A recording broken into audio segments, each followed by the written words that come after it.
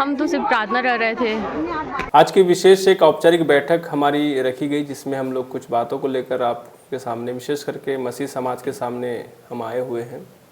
और आज हमारी इस बैठक के में हमारी छत्तीसगढ़ क्रिश्चियन फोरम की एग्जीक्यूटिव जो बैठक हुई है, जिसमें हमारे मुख्य रूप से हमने सब मिलकर इस बातों की चर्चा की है। और समाज पर चल रही इतनी विपरीत परिस्थितियों के ऊपर में आज एक विशेष चर्चा और मंथन करने के लिए हम सभी यहाँ पे इकट्ठित हुए। तो मेरे साथ में छत्तीसगढ़ क्रिश्चियन फोरम से हमारे माननीय कोषाध्यक्ष जी पास्टर सतीश गिरदड़े जी हैं, और जिला अध्यक्ष रायपुर जिला अध्यक्ष रामू यादव जी हैं, और हमारे जो कमेटी के जो है मेंबर्स हैं पास्टर त्रिलोकचंद बाग जी। आज वर्तमान परिस्थिति में हम देखेंगे कि मसीह समाज के ऊपर में प्राणघातक हमले, घर से निकाला जाना और लाशों को निकाला जाना, ऐसे कई तमाम घटनाएं प्रतिदिन होते चले जा रही हैं। हाल ही में भिलाई में भी ऐसी घटना हुई जहां पर पास्टरों को मारा गया, जो अपनी एक अलग से मीटिंग कर रहे थे, जिसमें बैठे थे, अपने चर्च के अंदर में बैठे थे, अपने चर्च के प्रांगण में थे वो लोग, और उनके अंदर में असामाजिक तत्व के लोगों ने जाकर सीधा उन पर प्राणघातक हमले किए। उन्होंने एफआईआर की मांग की, सब कुछ की, लेकिन फिर भी उनके ऊपर में किसी भी प्रकार की आरोपी तत्वों पर कोई धारा ऐसी नहीं लगी कि जिसके कारण से उन्हें बहुत अच्छा रिजल्ट मिले और मसीह समाज के हित में कोई कार्य हो। बस्तर के अंचल में हम देखते हैं तो वहाँ पर ऐसे प्राणघातक हमले हो रहे हैं। अभी हाल ही में एक चौपाल बुलाकर एक मसीह भाई को घर वापसी करने के लिए प्रेशर दिया गया, लेकिन उसने घर वापसी नहीं किया, इसलिए उसे इतना मारा गया कि वो बेचारा दिन दिन तक बेहोश रहा और थाने उसमें अस्पताल में एडमिट रहा। उसके बाद भी उन आरोपियों पर ऐसी धारा नहीं लगी कि जिसके कारण से कि वे अंदर हो सके और जिन पर ये हमले शांत हो सके। परंतु समाज की तरफ से एकदम खासम खास प्रक्रिया, खासम खास स्थितियों को एड्रेस करने का जो कार्य जो होना चाहिए वो अभी तक समाधानजनकपूर्वक नहीं हुआ है। मैं आपसे रिक्वेस्ट और विनती करने के लिए आया हूँ कि इस ऐसी स्थितियों में हम सामाजिक लोग जो है हम इकट्ठे हो सकें और इकट्ठे होकर ऐसी घटनाओं का सामना करने के लिए हम आमने सामने आ सके।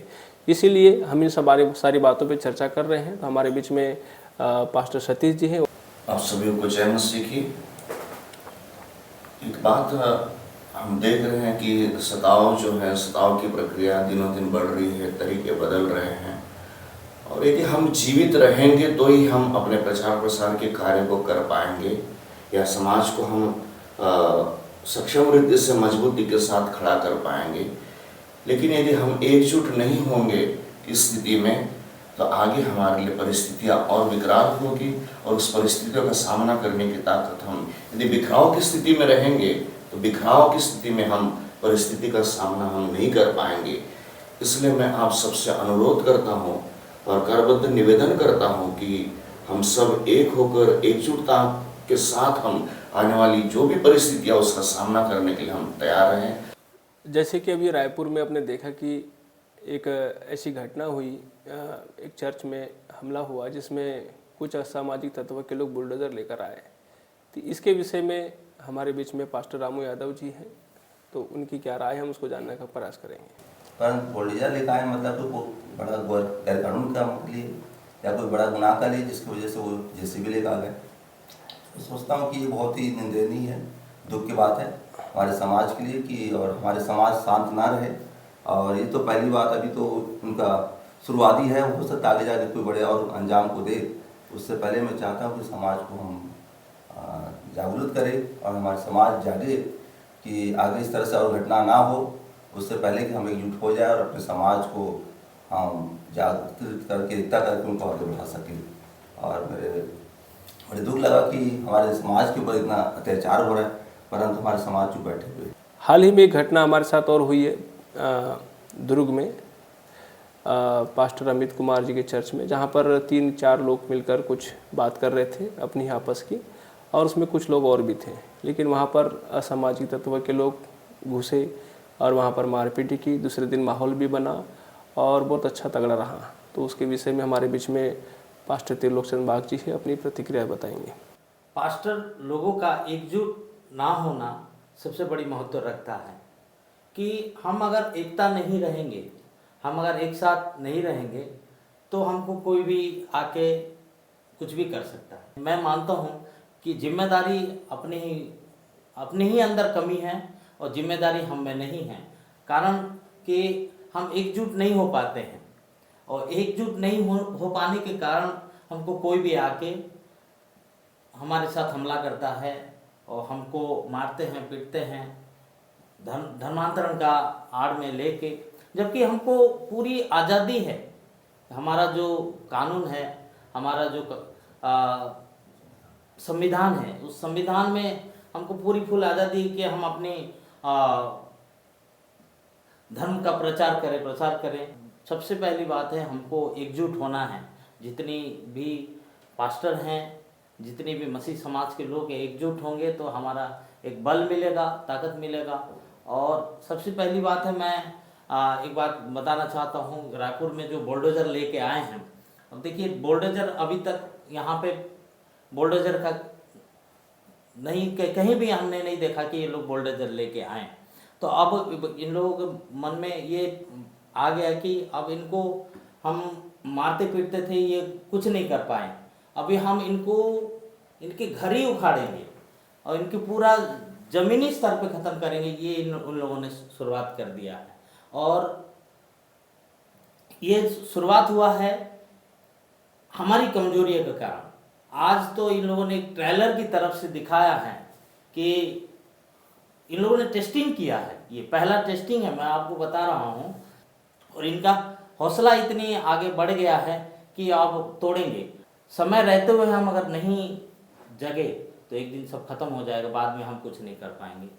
तो पानी, कहावत है, पानी सर के ऊपर से जब निकल जाता है तो क्या होगा, पानी नहीं निकलने से पहले हमको उसको पानी को रोकना है, पहले ही बांध बांधना पड़ेगा। बांध नहीं बांधेंगे तो वही पानी हमारे सर के ऊपर निकलेगा। बुलडोजर जब एक घर के पास आ रहा है कि निजी संपत्ति को या निजी प्रॉपर्टी को यदि उस रीति से निजी प्रॉपर्टी यदि होती उसको हानि पहुंचाई जाती, लेकिन क्या ये करना और कानून को अपने हाथ में लेकर इस रीति के प्रतिक्रिया देना क्या ये उचित है? देखिए, मैं इसके लिए एक बात बताऊंगा। क्या है, इनको सपोर्ट कहीं से कहीं है। आप कोई भी आदमी कुछ काम करने से पहले उसके मन में एक डर रहता है कि मैं ये क्यों कर रहा हूं, लेकिन वो डर जब खत्म हो जाता है उसके पीछे किसी का हाथ हो, किसी बड़े लोगों के हाथ के बिना ये नहीं हुआ है। आप क्या सोचते हैं कि बुलडोजर ऐसे लेके आए हैं? बुलडोजर ऐसे नहीं लेके आया गया, पूरा ऊपर तक खबर है उनको। और हो सके, मेरा मानना है, हो सके उन्हीं के इशारे से ये काम हो रहा है। तो सबसे पहले सवाल वहाँ उठता है कि वो किस अधिकार से आए, कि उनको इतना अधिकार कौन देता है। और इतने बड़े काम करने के बाद में भी प्रशासन जो है उनके प्रति संज्ञान न लेने के बजाय उनको और खुला छोड़ देती है। माने इन लोगों के हौसले बुलंद करने के लिए प्रशासन का इसमें पूरी तरह से हाथ है। सही बात। क्या प्रशासन, अब यहाँ पे सवाल उठता है, क्या जिस व्यक्ति ने बुलडोजर लेकर आया था और जो बुलडोजर वहाँ पर आया था और जिन लोगों ने लाया था, क्या उनके ऊपर में कानूनन कार्रवाई हुई है कि नहीं? पता चलता है कि उनके ऊपर तो किसी प्रकार की कानून कार्रवाई नहीं हुई है। मतलब क्या चाहती है कि जो वर्तमान प्रशासन है, जो वर्तमान सरकार है, क्या ऐसे लोगों को बढ़ावा दे रही है? और यदि ऐसे लोगों को बढ़ावा देने में यदि सरकार का हाथ है या इस प्रकार से प्रशासन का हाथ है, तो स्वाभाविक सी बात है आने वाले समय में जो लॉ एंड ऑर्डर की स्थितियाँ जो है वो बिगड़ते चले जाएगी। उसके बाद में एक समाज यदि दूसरे समाज को मारने पीटने लग जाए, एक समाज दूसरे समाज के प्रति ऐसी भावनाओं को पैदा करने लग जाए, तो फिर इस छत्तीसगढ़ के अंदर में या देश के अंदर में ऐसी भावनाएं उत्पन्न होगी जिसमें क्राइम तेज़ी से बढ़ेगा। फिर इसका जिम्मेदार आने वाले समय में कौन होगा? तो मुझे लगता है ये राजू पास्टर जी जो है, हाँ, राजू बीजा, उनको पास्टर जी को जाकर रिपोर्ट लिखवाना था। हाँ, सामने आना था उनको। हाँ, क्योंकि बगैर उसके हो नहीं सकता। हाँ, और जो है क्यों ना वो किराए में रहा हो, हाँ, परंतु वो अपने अधिकार का इस्तेमाल करना चाहिए जो देश हमको संविधान दिया है। उस बातों को जाकर उनको रखना था कि ऐसे कैसे कर सकते हैं और इतना बड़ा अधिकार कब किसने दिया आपको? क्या शासन प्रशासन सो रहा है? क्या किसी को अपने धर्म मौलिक अधिकार को मानने का अधिकार नहीं? किसी भी ईश्वर को मानने का अधिकार नहीं? यदि वो प्रार्थना आस्था अपने घर पे करता है तो उन्हें क्या तकलीफ है? क्या तकलीफ? पर ये बहुत निंदनीय है और उसके मैं निंदा करता हूँ। सरकार की उसके लिए कदम उठाना चाहिए। इसलिए चाहिए कि पूरे समाज की तरफ से एक विशाल धरना हो, विशाल रैली हो और प्रशासन के ऊपर में और शासन के ऊपर में दबाव बनाने के लिए एकजुटता के साथ में हमें आना चाहिए और एकजुटता के साथ में आकर हमें बड़ी रैली करना चाहिए। हम आपका धन्यवाद करते हैं क्षत्रिय किसान फोरम की तरफ से। हम आप सबका तहे दिल से शुक्रिया और नमस्कार करते हैं।